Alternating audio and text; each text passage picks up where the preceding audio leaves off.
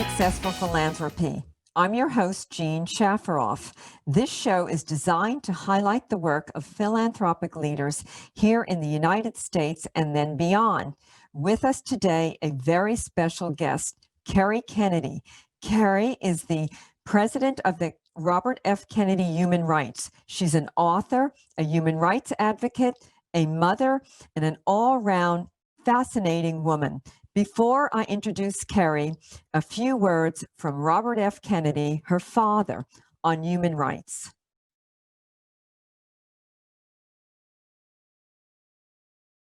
Whenever any American's life is taken unnecessarily, whether it is done in the name of the law or in defiance of the law, whenever we do this, then the whole nation is degraded. And yet it goes on and on and on in this country of ours. Too often we excuse those who are willing to build their own lives on the shattered dreams of other human beings. Some accuse others of rioting and inciting riots have by their own conduct invited them. This is the violence of institutions, indifference, inaction, and decay. This is the violence that afflicts the poor, that poisons relations between men because their skin has different colors. This is the slow destruction of a child by hunger and schools without books. This is the breaking of a man's spirit by denying him the chance to stand as a father and as a man amongst other men. We learn at the last to look at our brothers as alien. For when you teach a man to hate and to fear his brother, when you teach that he is a lesser man because of his color, then you also learn to confront others, not as fellow citizens, but as enemies, to be met not with cooperation, but with conquest, to be subjugated and to be mastered. We learn to share only a common fear, only a common impulse, to meet disagreement with force. But this much is clear: violence breeds violence, repression breeds retaliation, and only a cleansing of our whole society can remove this sickness from our souls. We must admit the vanity of our false distinctions and learn to find our own advancement in search for the advancement of all.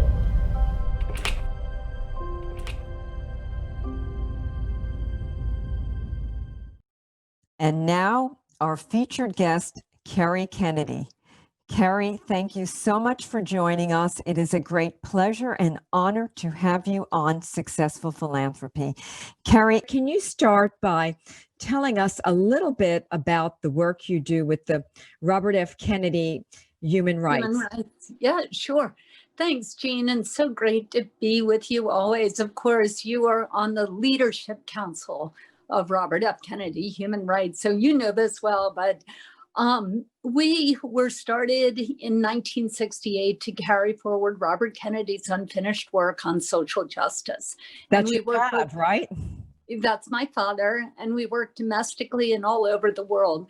We really focus on three areas. One, we hold governments responsible for human rights abuses, and we do that mostly through advocacy and litigation. So in Uganda, when they passed a law that made homosexuality punishable by life in prison without parole, we sued the government and we overturned the case. We overturned the law. At any given time, we have about 35 cases and we've never lost a case. Secondly, we work on holding businesses accountable for human rights abuses. So today, when you and I were little, almost all the economies on Earth, the large economies, were run by countries. But today, 70 of the 100 largest economies are not countries, they're corporations. So as corporations have more and more control over our lives, it's increasingly important to hold them accountable for human rights abuses. And we do that through the investors in those corporations. So a few times a year, we bring together a group of about 300 people who control $7 trillion in assets managed, which is about 10% of the world's economy. And we talk to them about the impact of human rights abuses on investment outcomes. And then the third area, we think if we hold the governments responsible and we hold the corporations responsible, it's for naught unless we train the next generation of human rights defenders. And we do that through a human rights education program called Speak Truth to Power. And those are our three main programs. Yes, and I also know you're very involved with prison reform, which is a very big subject right now. And I wanted you to talk to our audience a little bit exactly about what you're doing on prison reform, because a lot of people don't realize that many of the jails are privately operated. And can you tell us a little bit about exactly what you're doing and how it's changing lives? Because so many of those in our prisons today are very young people, and their crimes are very, very minor. So just give us a little information, please, Kerry. Sure, thanks, Jean. So we work on bail reform. In New York, for instance, when you are accused of a crime, arrested by police, you're brought before a judge. And the judge decides if you are too dangerous to yourself or society, they remand you, they put you in jail, and they don't let you out before trial. If in the judge's view, you do not have to be remanded, then the judge will set bail. If you are wealthy, you pay the bail and go home to your family, to your school, to your lawyers, to your home, and you prepare for trial, back to your job. So when Harvey Weinstein was accused by over 90 women of sexual assault and rape, he paid $1 million bail and he was put back on the streets of New York. Why? Because he was wealthy enough to pay bail. A lot of people are not wealthy enough to pay their bail, and they are accused of much lesser crimes.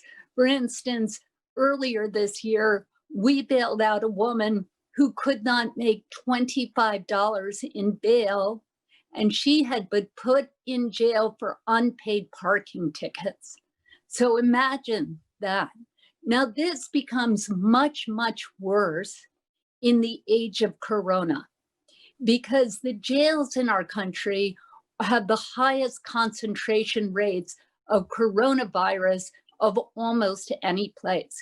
So they're cauldrons of corona, and people like this woman are literally facing a death sentence because she could not put together $25 for the unpaid parking ticket. So we are bailing them out and trying to get legislation passed so that these minor offenses will not be jailable offenses, and so that we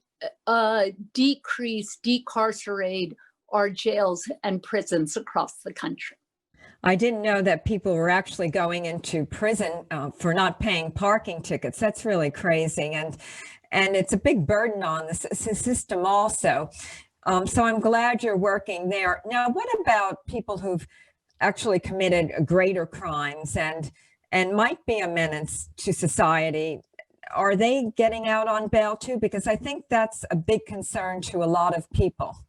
Yeah, so think about it this way. There's two pieces of this puzzle.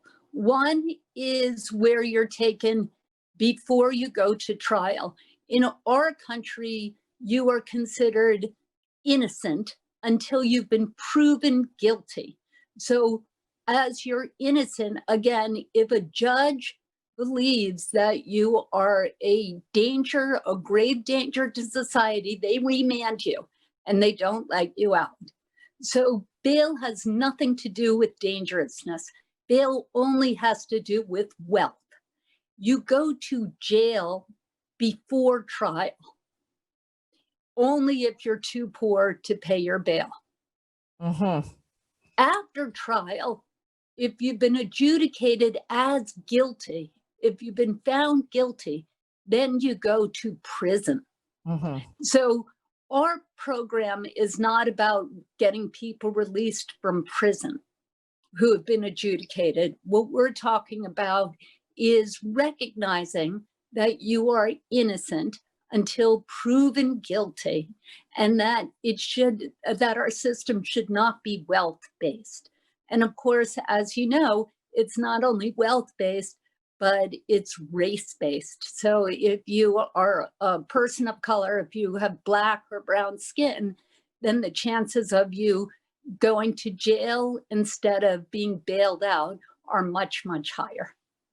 Yes, and with everything going on this year, and racial justice being a big issue, I understand you've been involved in creating racial justice or working on racial justice for a very long time. Can you talk a little bit about exactly what you do to promote racial justice?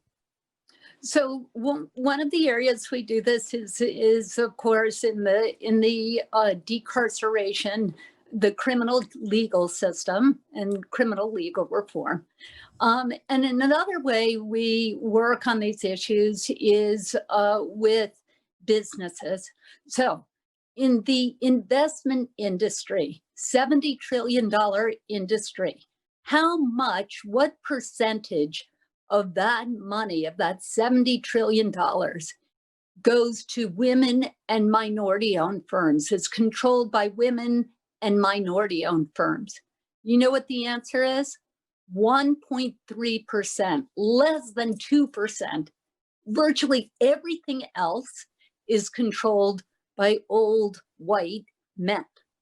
So until we address the economic system, even if we completely transform policing and criminal legal reform overnight, we have to reform the economic system at the same time. So we're working with corporations and investors, big private equity companies, big pension funds, to address that issue as well. I like that, and I think it's really very important because our country has had a serious issue with racial injustice right from our start with slavery, and slavery was one of the most horrific crimes against humanity. And unfortunately, we were active participants in this terrible crime against humanity. And so for all of us, it's a stain on our souls, slavery. And I'm glad that you're doing so much to promote racial justice. Very important issue. Kerry, I want to just divert for a minute. You're a Kennedy, and most of us, I mean, I'm a huge fan of the family, and I'm not ashamed to say your uncle, John F. Kennedy, your father, Robert Kennedy. What was it like growing up? And did you know Jacqueline Kennedy? I was a big fan of hers. I remain one. I think I've read everything about her. And then your mom, Ethel, and it seems to me all of you are doing great things. Tell me, being a Kennedy, was it an asset, or did it make life more difficult? And has it made your work easier or harder?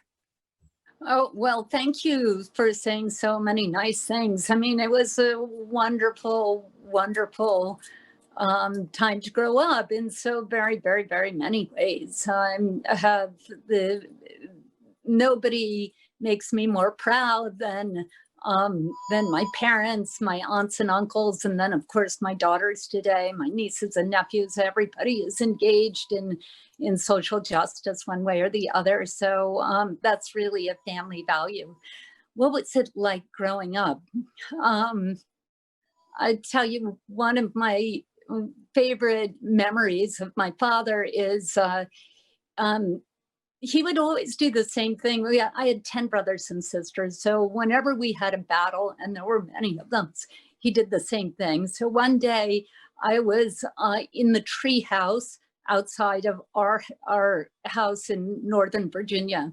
And I was playing World War II with my brother Michael, and he was the Americans and he held the upper fort. And I was the doomed Germans, and I was supposed to climb up the treehouse while he pelted me with magnolia pods, which look just like grenades, but they feel like rocks when they hit your head. And I took one too many rocks to the head, magnolia pods to the head, and I jumped out of the treehouse and ran up into the house and into my father's office and jumped in his lap with tears streaming down my face, saying, "Michael threw magnolia pods at me." And he said, "Tell me everything that happened." And I told him the whole evil story about my brother.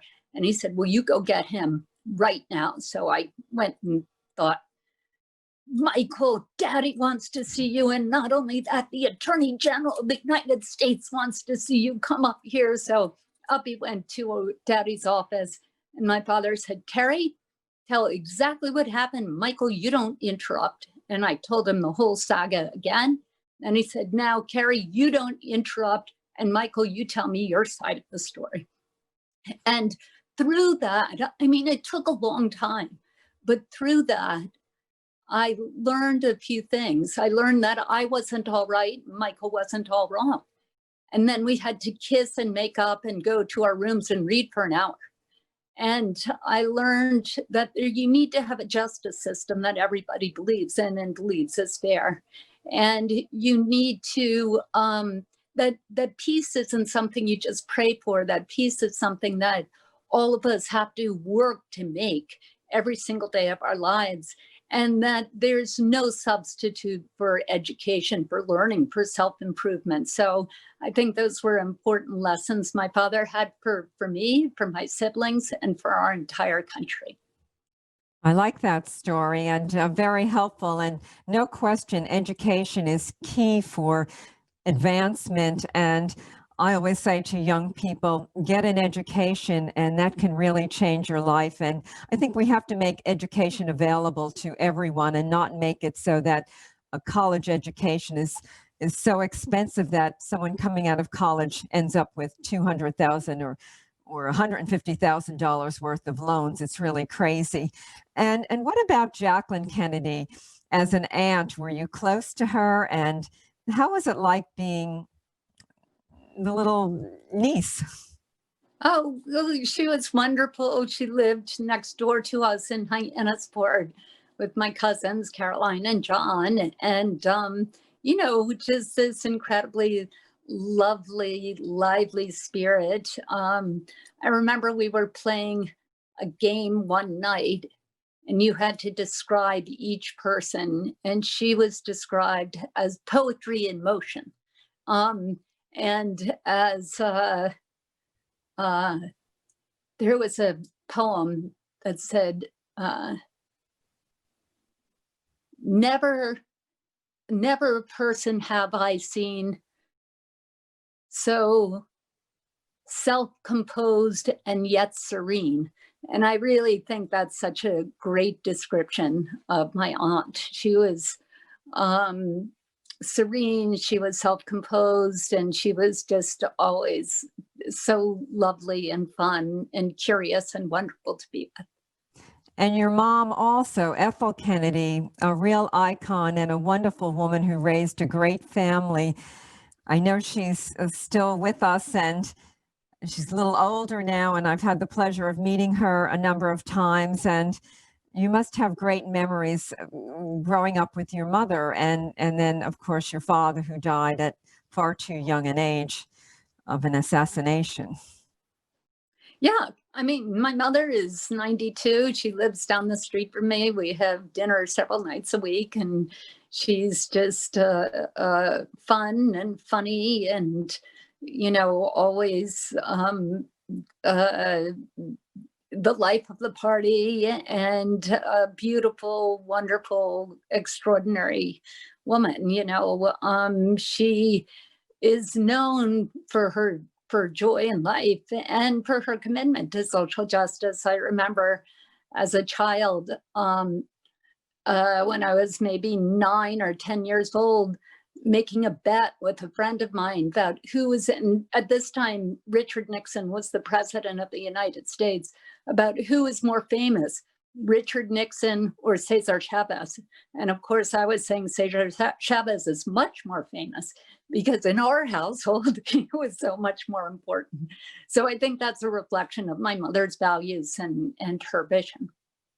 Yes, and now getting back to your charity, you have a big event coming up on December 17th, the Ripple of Hope Awards, and it's a very special event. I remember I try to support you every year, and really you do great things. You raise a lot of money for human rights. And what's happening this year on December 17th? Well, we're so thrilled because we are going to be honoring Colin Kaepernick, Dr. Anthony Fauci, Dolores Huerta, who, of course, co-founded the United Farm Workers with Cesar Chavez, Dan Springer, who's the CEO of DocuSign, and Dan Schulman, who's the CEO of PayPal. And, you know, we were talking earlier about racial justice and economic justice. PayPal, within 6 weeks of George Floyd's murder, committed $550 million to income inequality issues and racial justice. So these are people who, of course, you know, we know what Dr. Fauci has done under extraordinary circumstances, really keeping the American people informed and trusting him as a leader on these issues. And Colin Kaepernick, you know, really teaching us all to take a stand by taking a knee. So I couldn't be happier. Yes, and for our viewers who want to donate, how do we donate? Oh, that's so nice of you to ask. Everyone's favorite question.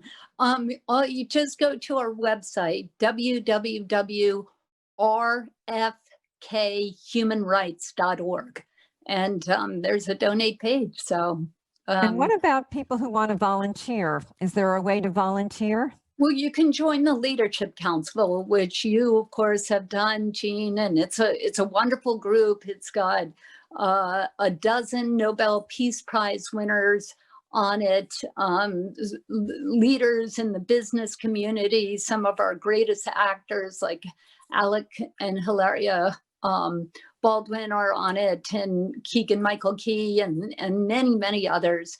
But we'd love to have any of your guests join us. And Kerry, have you ever thought about running for office? You're a lawyer, you're an author, you're a human rights activist. I think you'd be perfect. That's so sweet of you. Thanks. You know, my passion has always been on international issues, and that's what I've spent my life working on. I think when I think ahead of what President Biden and Vice President Kamala Harris face, I think domestically, it's not going to be COVID or the economy. It's going to be healing our country. And internationally, it's going to be reuniting people around the importance of democracy and human rights and the world order, and healing us domestically and internationally. And that's how I plan to spend the rest of my life. And what about your former husband, Andrew Cuomo? Do you think he has the temperament to become a president? I absolutely. You do. And do you think he's going to run? I don't know. You'd have to ask him. And would you support him in his work? Of course. Excellent. Okay. And Kerry, now you have a couple of you have 3 daughters, and I understand that they're following in your footsteps. And if you want to give our audience a minute about them, that would be great, because we're wrapping this up very quickly, and everyone wants to hear about the next generation of Kennedys. Oh, that's so sweet. So Cara is 25, and she works on international development issues and the investment industry, getting the investment, private equity, others to invest in anti-poverty work. Mariah has done this great Mask Up New York campaign and just got 20 very well-known New York designers like Michael Kors and others to make masks and encourage New Yorkers to use those masks and keep us all safe. And Michaela is working very hard on stopping violence against women. So they're all wonderful. I'm so proud of all of them. Thank you. Thank you, Kerry. This concludes Successful Philanthropy. Our featured guest was Kerry Kennedy. Thank you, and I'll see you next week.